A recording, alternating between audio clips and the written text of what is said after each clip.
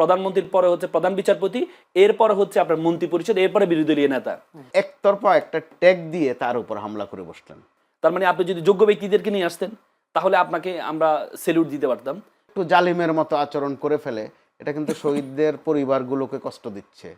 সংবিধান সংস্কার এই কি বলে এই যে আদেশটা ওয়ার্ডারটা হয়েছে, রাষ্ট্রপতি যে ওয়ার্ডারটা হয়েছে, সেই ওয়ার্ডারে বলা আছে যে একসাথে শপথ গ্রহণ, একসাথে প্রথম দিনেই যেটা প্রথম দিনে শপথ গ্রহণ করতে হবে সংস্কার পরিষদের।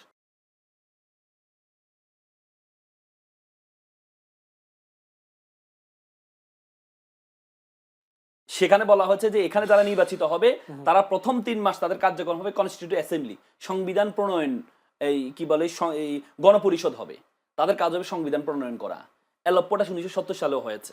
এখানেও যে ওয়ার্ডার আছে, ওয়ার্ডার বলা আছে যে প্রথমে একই দিনে 2টা শপথ গ্রহণ করা হবে, এবং নির্বাচন কমিশন যিনি শপথ দিয়েছেন তিনি কিন্তু সংসদ সদস্যদেরকে আগের দিন 2টি লেটার পাঠিয়েছেন 2টি শপথ গ্রহণ করার জন্য। তাহলে আপনি একটি গ্রহণ করলেন যেটা আপনার জন্য উপকার, আরেকটি গ্রহণ করলেন না যেটা আপনার জন্য উপকার না।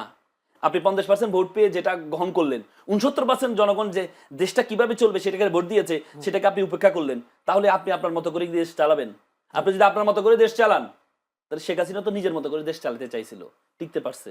পারে নাই। পুরো শক্তি, আশেপাশে সকল শক্তি তাকে সহযোগিতা করেছে, এরপর জনগণের বিপ্লবের কাছে টিকতে পারে নাই। তো সুতরাং এই যারা আছে জুলাইয়ের বিপ্লবের উপর, রক্তের উপর দাঁড়িয়ে, তারা তো সুযোগ পেয়েছে না, ওদের সুযোগটা হতো না, সুযোগটা হতো না। যারা দাঁড়িয়ে আছে তাদেরকে দায়িত্বটা নিতে হবে। জুলাইয়ের সাথে যদি আমরা গাদ্দারি করি তাহলে এই বিপ্লব আমাদেরকে খেয়ে ফেলবে। এই মুহূর্তে ছিল যে দেশ কিভাবে সামনে এগোবে, কিভাবে ব্যবসা বাণিজ্য, আমাদের বিনিয়োগ বাড়বে, কিভাবে দেশ স্থিতিশীল হবে, আইন শৃঙ্খলা পরিস্থিতি কিভাবে আমরা ওভারকাম করব, সংসদটা কিভাবে প্রাণবন্ত করা যাবে, সরকার কোথাও ভুল করছে কিনা আমরা সেগুলো ধরবো, সরকারের সমালোচনা করব, বিরোধী দল ভুল করলে সেটারও সমালোচনা করব। ওই একটা প্রেক্ষিত কিন্তু বাংলাদেশে তৈরি হয়েছিল। দেখেন আমরা এগুলোর ধারে কাছেও নাই। আমাদের সামনে নিত্য নতুন নানান উপাদান এমনভাবে ছেড়ে দেয়া হচ্ছে, এতে করে মানুষ কিন্তু কম বেশি বিভ্রান্ত হচ্ছে।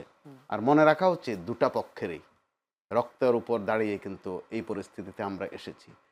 এরই মধ্যে নানান হুঙ্কার দেয়া হচ্ছে, হুঁশিয়ারি দেওয়া হচ্ছে, প্রয়োজনে আরও রক্ত দেব। এগুলো সাহিত্যের ভাষা, কবিতার ভাষা বা রাজপথের ভাষা। এগুলো মানুষের কিন্তু কলিজা ছিঁড়ে যায় এসব কথা শুনলে। কারণ আপনি তো রক্ত দেন নাই ভাই, আপনি বারবার রক্তের কথা বলেন কেন? যারা রক্ত দিয়েছে, যে পরিবারগুলো এখনো হাহাকার করে, ওই পরিবারগুলোর ধারে কাছে একবার গিয়ে দেখেন। যারা স্বজন হারিয়েছে তাদের বেদনাটা একটু উপলব্ধি করার চেষ্টা করেন। কারণ আপনারা বারবার রক্ত দিবেন বলে আপনার সন্তানকে কিন্তু পাঠাচ্ছেন না রাস্তায়, পাঠাচ্ছেন রহিম জলিলের বাচ্চাদেরকে, নিজেদেরটাকে কিন্তু খুব সুন্দর মতো ইনট্যাক্ট রাখছেন, বারবার আবার রক্তের দাওয়াত দিচ্ছেন। এখন রক্তের দাওয়াত আর নয়, প্লিজ দেশ গঠনের চেষ্টা করেন। একটা মোটামুটি লেভেল পেরিয়ে কিন্তু আমরা এখন আছি। কারণ আমরা সাদা চোখে যেটা দেখি, বিএনপি বিশাল বিজয় অর্জন করেছে, জামাতে ইসলাম যে অভিযোগ করছে তাদের অভিযোগ যদি সঠিকও হয় তাতেও তারা বিরোধী দল, কয়েকটা আসন নিয়ে তারা যে অভিযোগ করেছে। তাহলে এখন সামনের দিকে এগোবার পালা। এমনকি এটাও তো হতে পারে যে কয়েকটা আসন নিয়ে তাদের আপত্তি আছে, এগুলো ভোট আবার গণনাও হতে পারে। তাহলে সরকারটাকে ফাংশন করতে দেন। যেখানে বিএনপি বড় দল এবং মজলুম, জামাতে ইসলামও মজলুম, তো এই দুই মজলুম যখন আবার পেছনের দিকে যায়, অর্থাৎ নিজেরাও একটু একটু জালিমের মতো আচরণ করে ফেলে, এটা কিন্তু শহীদদের পরিবারগুলোকে কষ্ট দিচ্ছে। যারা হাসপাতালে কাতরাচ্ছেন এখনো কিন্তু শত শত আছে বিভিন্ন হাসপাতালে, পঙ্গু হয়ে আছে, তারা কিন্তু বড় কষ্ট পায়। নির্বাচন, তাদের প্রশ্ন ছিল যে নির্বাচন জরুরি কিনা, কিন্তু আমরা যারা পেশাজীবী মানুষ তারা মনে করি একটা নির্বাচন দরকার ছিল, খুব জরুরি ছিল। নির্বাচনটা যথেষ্ট সুন্দর হয়েছে, প্রশ্ন আছে কিন্তু সুন্দর হয়েছে তুলনামূলক। এর মধ্যে কয়েকটা ভালো ভালো কাজও আমরা দেখছি। জামাতে ইসলামী ঘোষণা দিয়েছে তারা কোনো সরকারি প্লট নেবে না, গাড়ি নেবে না, বিএনপিও সেটাকে ওন করেছে, আমরা ভালো লক্ষণ দেখছি। কিন্তু অনেকগুলো প্রধানমন্ত্রী কিন্তু এরই মধ্যে তার যে ওয়াদা, 31 দফা সংস্কারের ওয়াদাই নয় শুধু, নির্বাচনী ওয়াদাই নয় শুধু, আরও নানান ওয়াদা পালনের জন্য কিন্তু ব্যাপক পরিশ্রম যে করছেন সেটা কিন্তু আমরা দিব্যি দেখতে পাচ্ছি।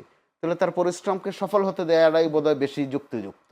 তা না করে আমরা পেছনের আলাপকে যেভাবে আস্তে আস্তে করে টানছি সামনে, কোনটা বৈধ, কোনটা অবৈধ, কোনটা সাংবিধানিক, কোনটা অসাংবিধানিক, যথার্থ বলেছেন অ্যাডভোকেট রাসেল যে দুদিন পরে কে যে বলে আসবে, এই স্রোত যদি চলতে থাকে যে সব বাদ দেন, শেখ হাসিনা এই প্রধানমন্ত্রী সাংবিধানিকভাবে।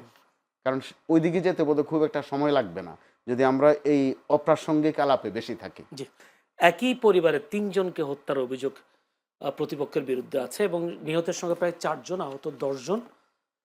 এই যে আধিপত্য বিস্তার, এগুলোকে আপনি মব মনে করবেন না আন্দোলন, নাকি আধিপত্য বিস্তার, কোন ক্যাটাগরিতে ফেলবেন?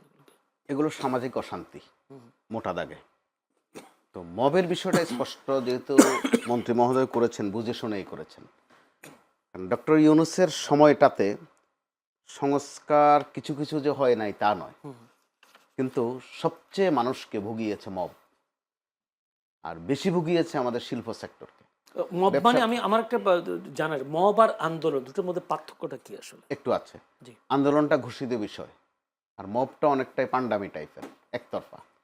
বিভিন্ন শিল্প প্রতিষ্ঠানে গিয়ে মব হয়েছে। তো আমি যদি গাঁথনিতে যাই, এটা একান্ত আমার নিজস্ব উপলব্ধি যে মূল স্রোতের বাইরে গিয়ে, মূল স্রোত বলতে আমি সরকারকে মিন করছি না, আমাদের সামাজিকতা, আমাদের চিরাচরিত কালচারের বাইরে গিয়ে যখন আপনি নানান ছুতা ধরে শাহবাগে করেন আর শাপলা চত্বরে করেন, মানুষের বাসায় গিয়ে করেন, এগুলো এক ধরনের অসভ্যতা, বর্বরতা। আমরা মব বললে তো মনে হয় যেন আদর করি বুঝি, এগুলো পান্ডামি। এই পান্ডামে আমাদের অর্থনীতির সর্বনাশ করেছে গত 1.5 বছরে। ডক্টর ইউনূস সরকার এই জন্য কিন্তু কলঙ্কিত হয়ে আছে, বিশেষ করে একটি বিষয়ে। দেখা গেছে কথা নাই, বার্তা নাই, ধরা নাই, ছোঁয়া নাই, হঠাৎ করে এক জায়গায় গিয়ে অবরোধ করে বসলেন, কোনো অফিসে গিয়ে হামলা করে বসলেন, কাউকে একতরফা একটা ট্যাগ দিয়ে তার উপর হামলা করে বসলেন, তাকে বলে বসলেন ফ্যাসিস্টের সহযোগী। এগুলো কিন্তু খুব বাজে নেচার, যেটা আওয়ামী লীগ আমলে আমরা কিন্তু দেখেছি আরেক ফরম্যাটে, যে যাকে আপনার পছন্দ হবে না তার নামে রাজাকার। ডক্টর ইউনূস আমলে আমরা দেখলাম যাকেই আপনি টার্গেট করবেন তাকে প্রথমে নাম দিয়ে দেবেন, সে হচ্ছে ফ্যাসিস্টের সহযোগী অথবা দোসর। গত কয়েকদিন শুরু হয়েছে আবার, যেহেতু বড় দল দুটার মধ্যে বিরোধ, কার নাম সুপ্ত কার নাম গুপ্ত, এগুলো কিন্তু আমাদেরকে ভোগাবে। যে যেখানে সুবিধা পায়, প্রকৃত অর্থে যে গুপ্ত বা সুপ্ত ছিল সেও দেখবেন গুপ্ত বলে আওয়াজ দেয় একটা, অর্থাৎ অন্যকে ঘায়েল করার এই যে দাওয়াইটা লুপে নিচ্ছে কিন্তু দুষ্টচক্র, তারা বরাবরই এটা করে। আমি বলতে চাই এটা হচ্ছে এক ধরনের টোকাই শ্রেণী, টোকায় শুধু নানান কিছু টোকায়, কোনটা দিয়ে আপনাকে ঘায়েল করবে, কোনটা দিয়ে আরেকজনকে ঘায়েল করবে, অর্থাৎ তার রাজত্ব, তার নিজস্ব একটা রাজত্ব সে কিন্তু কায়েম করে, ওইটাই মূলত ফেসিবাদ। আমি একদম খাঁটি বাংলায় বলতে চাই, সেটা বর্বরতা, অসভ্যতা। আমি একটা প্রশ্নের সাথে করি, স্বরাষ্ট্রমন্ত্রী তিনি বলেছেন কোনো দাবি নিয়ে সড়ক অবরোধ করে জনভোগান্তি করা যাবে না, অবশ্যই আপনার প্রয়োজন হলে স্মারকলিপি নিয়ে আসবেন। কিন্তু এই কথা আমার আপনাকে জানার ইচ্ছে যে ইতিহাসে এমন কোনো আন্দোলন আছে কিনা যে জনভোগান্তি তৈরি না করে দাবি আদায় হয়েছে? আছে। আপনি যদি শুধু একটা, আমরা এখন যে পরিস্থিতিতে আছি, যারা সচেতন, একটি মানুষও আপনি পাবেন না যে রাস্তা বন্ধ করে ওখানে একটা নিউসেন্স ক্রিয়েট করা পছন্দ করে, কেউ পছন্দ করে না। এগুলো অনেক হয়েছে, কারণ সময়ের ব্যবধানে। শেখ হাসিনার বিদায়টা অবশ্যই সেটা দিয়ে আমরা তো হতে পারতো যে একটা ফুল স্টপ পড়েছে, হতে পারতো তো, যে অনেক হয়েছে। আপনি খোঁজ নিলে জানতে পারবেন 71-এর পর, 71 বা এর পরবর্তীতে খুব জনপ্রিয় স্লোগান ছিল জালো জালো আগুন জালো। একটা পর্যায়ে জালো জালো শব্দটা শুনতেও মানুষ বিরক্ত হয়েছে। আপনার মনে আছে, এই ক্ষেত্রে বিএনপি কিন্তু পায়োনিয়ার। বিএনপি নিজের ওটা স্মরণ করতে হবে। বেগম খালেদা জিয়াকে যেদিন কারাগারে নেওয়া হয়, আপনার মনে থাকার কথা, তিনি হেঁটে হেঁটে কারাগারে গিয়েছিলেন, দৃষ্টান্ত তৈরি করেছিলেন। ইচ্ছা করলে বিএনপি ওই দিন সারা দেশে অরাজকতা তৈরি করতে পারত। এর উপর বিএনপির উপর আরও বিভিন্ন সময় যে হামলাগুলো হয়েছে, বিএনপি ইচ্ছা করলে আপনি খেয়াল করেছেন আস্তে আস্তে করে হরতাল, অবরোধ এসব থেকে সরে গেছে। ছোট্ট ছোট্ট বিবৃতি দিয়েও কিন্তু অনেক ইফেক্টিভ আন্দোলন করেছে।